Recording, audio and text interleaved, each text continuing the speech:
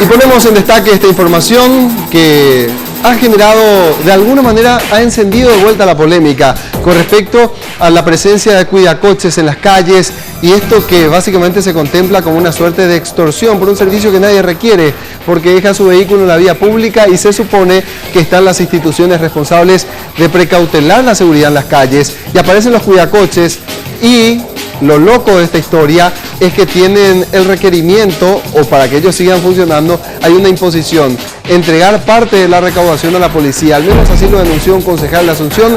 Mauricio Durán tiene los detalles. Mauricio, contigo de vuelta. Buenas tardes, Roberto, compañeros. Así es, el concejal Elvio Segovia fue quien denunció esto y había mencionado que esto es inclusive un secreto a voces, ya que los oficiales de policía y los cuidacoches no pueden actuar sin la venia de la policía, ya que se encuentran prácticamente en todo lo que es el área central y capitalina.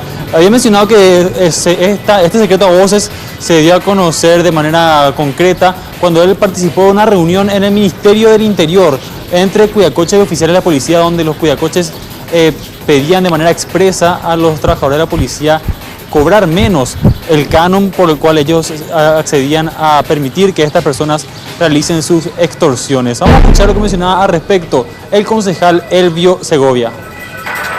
Cuando hay un partido importante, final de la Libertadores, Nacional San Lorenzo, más de 1.100 policías hubo alrededor del estadio. También hubo casi la misma cantidad de cuidacoches. Y todos los cuidacoches actuaron en forma libre, sin que la policía, que a lo sumo estaba a 2-3 metros de cada uno de ellos, le haya dicho: lo que usted está realizando es ilegal, no corresponde. La posibilidad de que las instituciones actúen conjuntamente y en forma sostenida para solucionar el problema. Porque también hay buen ejemplo en el caso de la Avenida Costanera. La Avenida Costanera también estuvo en la mira de los cuidacoches, pero allí no hay cuidacoches, porque está la Policía Nacional, está la Policía Municipal permanentemente. Bueno, y se dio una contradicción por parte del concejal Elvio Segovia, ya que primero él mencionaba que esta actividad es una extorsión y obviamente esto representa un delito. No obstante, posteriormente cuando usted le preguntaba si es que iba a realizar alguna acción judicial, él mencionó que no quería criminalizar esta actividad por parte de los trabajadores que se encargan de cuidar justamente los vehículos. Y mencionaba también el hecho de la Costanera, pero se le criticó mencionando que obviamente la Costanera tiene solamente 3,5 kilómetros y es mucho más fácil cuidar una área tan pequeña a hacerlo en lo que es todo el microcentro capitalino. Ahora, esta contradicción, no sé si hay otra nota donde él aclara. No, esa es la nota. Ah, bueno, perfecto. Lo que decías, no se trata de criminalizar el asunto, que eso ya está tipificado y está en el Código Penal. Basta con formular una denuncia y decir no voy a presentar una denuncia, es doble irresponsabilidad, porque por medio, cuando él hace esta denuncia pública, habla de que efectivos policiales están cobrando de vuelta un canon a personas que de manera extorsiva están cobrando a la ciudadanía.